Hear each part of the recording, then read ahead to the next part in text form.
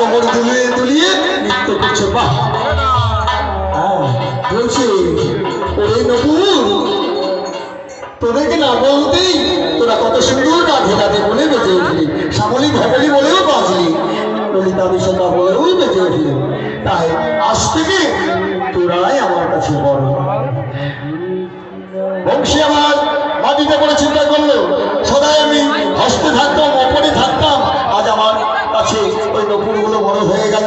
তাই আমি একবার বেঁচে দেখি, যদি প্রভু পুনরায় তার হস্তে তুলে নেয়। তা কি বলছি? ওই একবার রাত